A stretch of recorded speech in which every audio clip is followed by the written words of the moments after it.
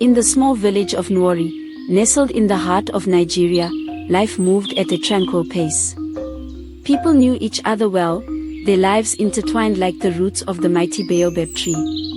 Among the villagers was a young girl named Amara, known for her beauty, kindness, and the melodic songs she sang while helping her mother in the fields. Her voice was said to be a gift from the gods, and it brought joy to all who heard it. Amara's life was simple and happy until the day Ada moved to Nwori. Ada's family had come from the bustling city of Lagos, seeking a quieter life. Ada was everything. She was beautiful and full of stories about the city. Amara was not, bold, outspoken, and full of stories about the big city. She had a way of captivating everyone around her with tales of skyscrapers, automobiles, and technology that seemed magical to the villagers. Amara, drawn by her charisma, quickly became her closest friend. At first, their friendship seemed like a gift. Ada introduced Amara to new games, new songs, and tales of adventures beyond the village. They spent their days exploring the lush forests, which were rich with the songs of birds and the chatter of monkeys. They whispered secrets by the riverbank, where the water sparkled like 1,000 diamonds under the sun. Amara felt a sense of excitement and novelty in Ada's company that she had never known before. However, as the weeks turned into months, Amara began to notice changes in herself. Ada's influence was subtle but profound. Ada had a way of making her own desires seem more important than those of others.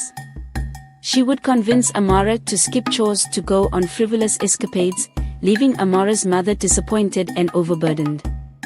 "Don't worry," Ada would say, "there's always tomorrow to do chores. Let's live a little." When things went wrong, Ada always had an excuse or someone else to blame, and Amara, loyal and naive, often took the fall.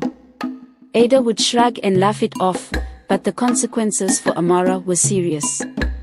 Her mother, who had always been so proud of her, began to express her disappointment.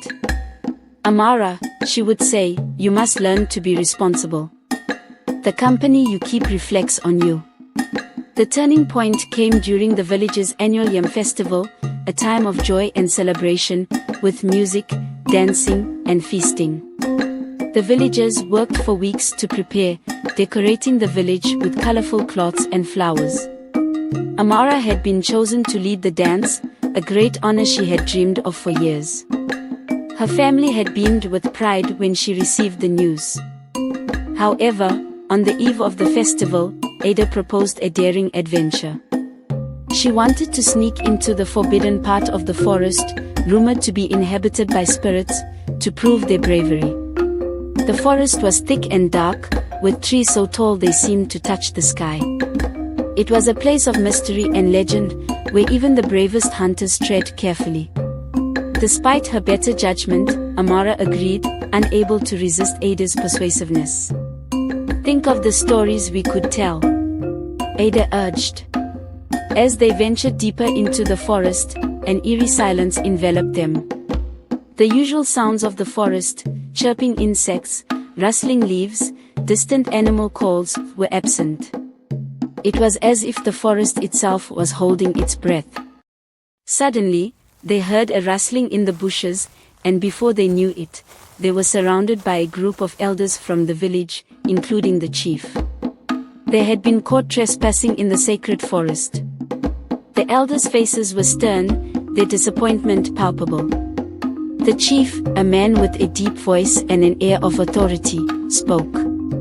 "You have disrespected our traditions and endangered yourselves. This forest is sacred, and your actions could bring misfortune upon us all." The elders were furious. They declared that such disrespect could anger the spirits and bring misfortune to the village. Amara and Ada were taken back to the village and publicly reprimanded. The village square, usually a place of laughter and community, now felt heavy with judgment. Amara's heart sank as she saw the disappointment in her parents' eyes and the disapproving murmurs of the villagers. The next day, Amara was stripped of her role in the festival, and the honor was given to another girl.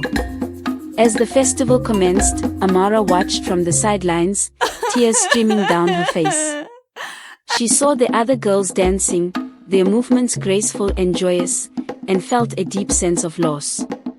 Ada, on the other hand, seemed unfazed, her charm and wit still intact. She laughed and joked, as if nothing had happened. It was then that Amara realized the true nature of their friendship. Ada's influence had brought her nothing but trouble and heartache. The adventures, the excitement, the rebellion, it had all come at a cost too high to bear. From that day on, Amara distanced herself from Ada. She focused on mending her relationship with her family and the villagers, slowly rebuilding the trust she had lost.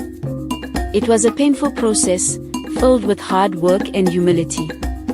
She spent her days helping her mother, tending to the crops, and singing her songs once more. Her voice, which had always brought joy to others, now brought healing to herself. Over time, the villagers began to see the change in Amara. They saw her dedication and her sincerity, and their hearts softened. One by one, they forgave her, welcoming her back into the community. Her parents, too, saw the growth in their daughter and were proud of her resilience. Meanwhile, Ada remained in the village, her allure slowly fading as others began to see through her charming facade. Her tales of the city and her bold ideas lost their luster, and she found herself increasingly isolated. Ada started to realize that her charm was not enough to sustain true friendships. One evening, as the sun set behind the hills, casting a golden glow over Nwari, Amara heard a knock on her door. She opened it to find Ada standing there, her face etched with an expression Amara had never seen before, vulnerability. Ada took a deep breath. "Amara," she began, her voice trembling, "I need to talk to you. There's something you need to know about the night we were caught in the forest." Amara's heart skipped a beat. What could Ada possibly have to say now? She stepped aside to let Ada in, her mind swirling with questions. Little did she know, this conversation would reveal secrets that would change her understanding of their friendship and the village forever.